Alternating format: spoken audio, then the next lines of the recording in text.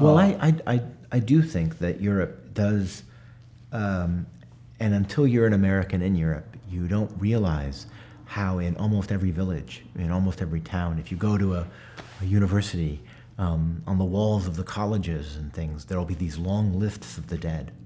And what's fascinating is that for Americans, it's always World War II that's the really big thing, but for the Europeans, it's World War I. And I think it is the case that there's still an enormous moral trauma that Europe as a whole is suffering from, to think about what they did wrong to create the world that flowed from June 28th, 1914, from the murder of Archduke Franz Ferdinand in Sarajevo. And I was actually in London in August of 2014.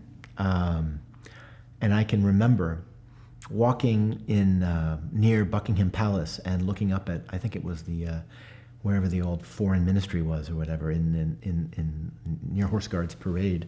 And of course, these are the windows that famously Sir Edward Grey, who was the foreign minister of the British government, was looking out of on the night of August 3rd or August 4th, when he saw a lamplighter lighting the lamps in the park below. And he said, "The lights are going out all over Europe tonight, and I doubt we shall see them lit again in our lifetime." And I think that there's a great and tremendous anger and sense of betrayal that a lot of Europeans that I know have in their DNA about the traditions that led them there. And I think that those are traditions that are human creatures, they are human creations, but they are in some ways rooted for them also in the way that they understand their Christianity, especially, to be at fault for that. I don't think that's a uniform fact for all of the Europeans that I know. And I know many European Christians who actually have that anger more than some European secularists.